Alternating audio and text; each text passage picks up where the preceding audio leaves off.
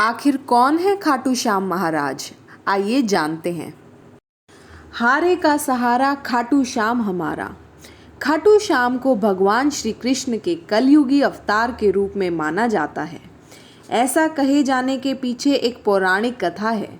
राजस्थान के सीकर जिले में इनका भव्य मंदिर स्थित है, जहां हर साल बड़ी संख्या में श्रद्धालु आते हैं। लोगों का विश्वास है कि बाबा श्याम सभी की मुरादों को पूरा करते हैं।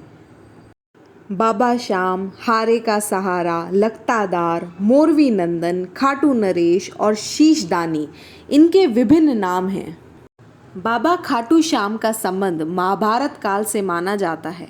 यह पांडु पुत्र भीम के पौत्र। ऐसी कथा है कि खाटू श्याम की अपार शक्ति और क्षमता से प्रभावित होकर श्री कृष्ण ने इन्हें कलयुग में अपने नाम से पूजे जाने का वरदान दिया था।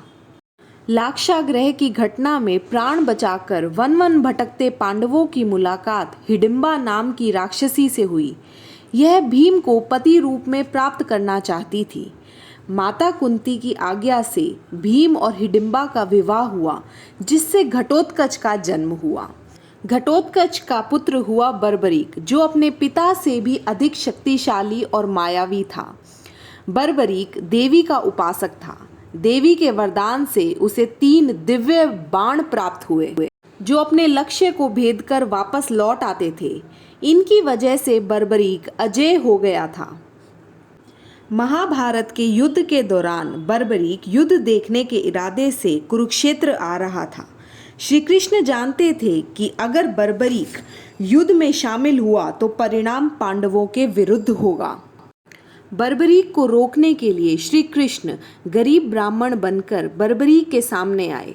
अनजान बनते हुए श्री कृष्ण ने बर्बरीक से पूछा कि तुम कौन हो और कुरुक्षेत्र क्यों जा रहे हो। जवाब में बर्बरीक ने बताया कि वो एक दानी योद्धा हैं, जो अपने एक बाण से ही महाभारत युद्ध का निर्णय कर सकता है। श्री कृष्ण ने उनकी परीक्षा लेनी चाहिए, तो उसने एक बाण चलाया, जिससे पीपल के पेड़ के सारे पत्तों में छेद हो गया। एक पत्ता श्री कृष्ण के पैर के नीचे था, इसलिए बाण पैर के ऊपर ठहर गया।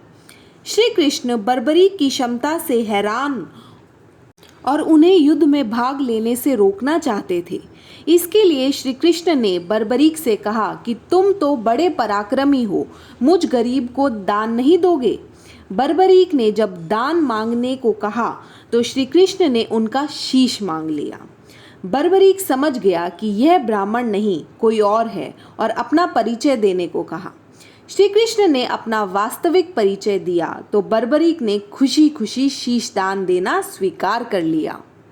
रात भर भजन पूजन कर फागुन शुक्ल द्वादशी को स्नान पूजा करके बर्बरीक ने अपने हाथ से अपना शीश श्री कृष्ण को दान कर दिया।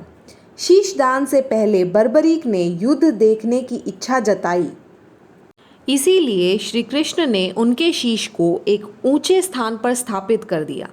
युद्ध में विजय प्राप्त होने पर पांडव विजय का श्रेय लेने हेतु वाद विवाद कर रहे थे। तब श्री कृष्ण ने कहा कि इसका निर्णय बर्बरीक का शीश कर सकता है। बर्बरीक के शीश ने बताया कि युद्ध में श्री कृष्ण का सुदर्शन चक्र चल रहा था, जिससे कटे हुए वृक्ष की तरह योद्धा रणभूमि में गिर रहे थे।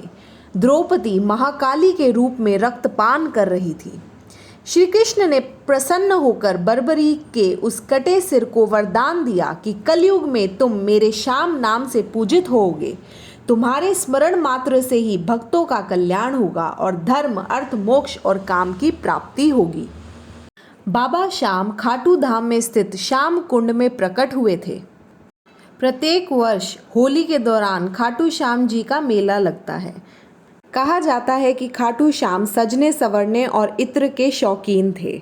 अगर आपको ये वीडियो अच्छी लगी तो लाइक और सब्सक्राइब करना ना भूलें। Thank you.